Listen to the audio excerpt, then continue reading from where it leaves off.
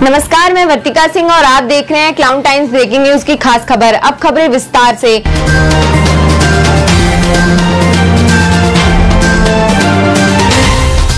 वक्त हमारे साथ है वाराणसी के सिगरा स्थित मिडवे हॉस्पिटल के डॉक्टर प्रेषक द्विवेदी। आइए जानते हैं, कोरोना की दूसरी लहर में स्थिति इतनी भयावह हो गई है कि कोविड वैक्सीन लगने के बाद भी मौत का खतरा टला नहीं है। पूरे देश भर में सैकड़ों डॉक्टर को कोरोना काल ने निगल लिया। प्रधानमंत्री मोदी ने अपने संसदीय क्षेत्र बनारस में डॉक्टरों के साथ किया सीधा संवाद, तो इस पर क्या कहना चाहेंगे आप? इस पर देखिए, सबसे पहली बात तो ये है कि जिसको वैक्सीन लग जा रही है तो वो पहली बात तो ये है कि वो एकदम निश्चिंत ना हो कि अब उन्हें कोविड नहीं होगा या कोरोना नहीं होगा। दूसरी बात ये है कि तो फिर वैक्सीन लगाने का फ़ायदा क्या है? फ़ायदा ये है कि अभी एक स्टडी की गई है, उसमें ये नोट किया गया है कि जिसको दोनों डोज वैक्सीन की लग गई है उनके में हॉस्पिटल एडमिशन का जो रेट है वो है 0.06%। और बाकी जिनको वैक्सीन नहीं लगी है उनके में क्या है, हॉस्पिटल एडमिशन का रेट भी ज़्यादा है और उनके में मॉर्टेलिटी भी ज़्यादा पाई गई है। तो इसलिए जिनको वैक्सीन लग गई है उनके में मॉर्टेलिटी काफ़ी कम नोट की गई है। और रही बात ये कि वैक्सीन लग जाने के बाद भी जो कोविड हो रहा है तो वो देखिए 100% एफिकेसी, सेंसिटिविटी, स्पेसिफिसिटी नहीं होती किसी भी वैक्सीन की, ठीक है। तो उसके बाद भी आप लोगों को, जो आम जनता है, उनको कोविड होने का चांस है। बस फ़ायदा इतना है कि थोड़ा सी मोर्टेलिटी उसमें पहले के मुकाबले काफ़ी कम पाई गई है। डॉक्टर साहब, इस कोविड काल में अन्य गंभीर बीमारियों से जूझ रहे मरीजों को डॉक्टर ईमानदारी से नहीं देख रहे हैं और दुगनी फीस भी वसूल कर रहे हैं, इस पर क्या कहना चाहेंगे आप? देखिए, इसमें ये है कि जो डॉक्टर्स दुगनी फीस ले रहे हैं या अपना जैसे भी वसूल रहे हैं वो तो उसको उनका साथ तो मैं नहीं दूंगा, लेकिन हाँ, ऐसे भी डॉक्टर्स हैं जो कि कोरोना काल में फ्री ऑफ कॉस्ट टेलीमेडिसिन या ओपीडी सर्विस प्रोवाइड कर रहे हैं। तो ऐसे समय पे हमें वो पॉपुलेशन को नहीं देखना चाहिए या इग्नोर कर देना चाहिए जो कि हमारे पब्लिक का मॉरल बूस्टअप डाउन कर दें। तो हमें उसकी तरफ ज़्यादा देखना चाहिए। जो भी हम लोग जनता, आम जनता, सरकार, जो डॉक्टर्स हैं, स्टाफ हैं, जो सब मॉरल बूस्ट कर रहे हैं, पब्लिक को सेवा दे रहे हैं, हमें थोड़ा सा उनकी तरफ ध्यान ज़्यादा देना चाहिए।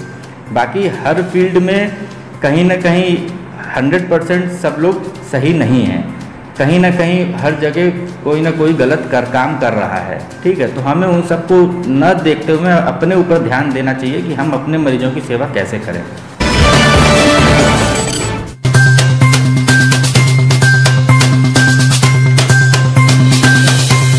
इस वक्त हमारे साथ हैं प्रज्ञा हॉस्पिटल के बाल रोग विशेषज्ञ डॉक्टर मधुकर पांडे।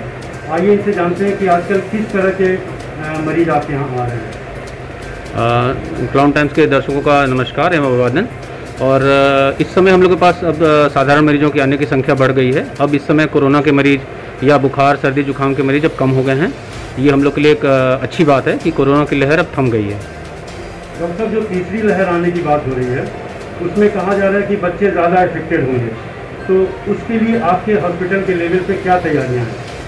हाँ, उसमें मैं ये बताना चाहूँगा कि ये सिर्फ कयास है, वैज्ञानिक कयास है कि तीसरी लहर में बच्चे ज़्यादा अफेक्टेड होंगे।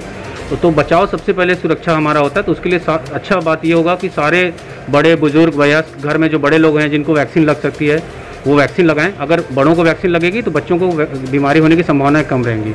रही बात तैयारियों की, तो तैयारी के लिए प्रशासन और सरकार ने बहुत तेज़ी से कमर कस रखी है और इसके लिए व्यापक स्तर पर तैयारी हो रही है जो पिछले 10-15 दिन से प्रारंभ हो चुकी है।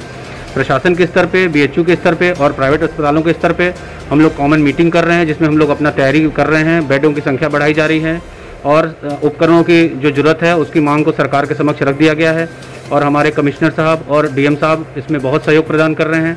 इस संबंध में लगातार मीटिंग्स चालू हैं और हम लोग अपना जो भी प्रयास है उसको कर रहे हैं ताकि अगर ऐसी संभावना होती है मरीजों के बढ़ने की तो हम उसको डट के मुकाबला करने के लिए तैयार रहें। अभी क्या विशेष तैयारियां हैं आपके हॉस्पिटल में? मेरे हॉस्पिटल में तैयारियां ये हैं कि हमने अपने हॉस्पिटल में 20 बेड जो कि 10 NICU और 10 PICU को सरकार को देने के लिए कोविड अस्पताल के तौर पे इन्फॉर्म किया है। और अगर कोविड की तीसरी लहर आती है, इसमें बच्चे प्रभावित होते हैं, तो हम लोग 20 बच्चों को भर्ती करने के लिए तैयार रहेंगे।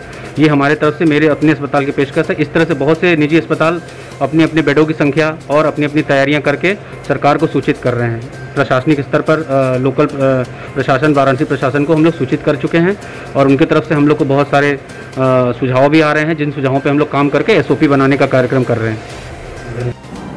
क्लाउन टाइम्स ब्रेकिंग न्यूज की खास खबरों को देखने के लिए हमारे YouTube चैनल को सब्सक्राइब करें, लाइक करें और बेल आइकन पर क्लिक करें। क्लाउन टाइम्स की खबरों को अगर आप Facebook पेज पर दिख रहे हैं तो हमारे Facebook पेज को लाइक जरूर करें।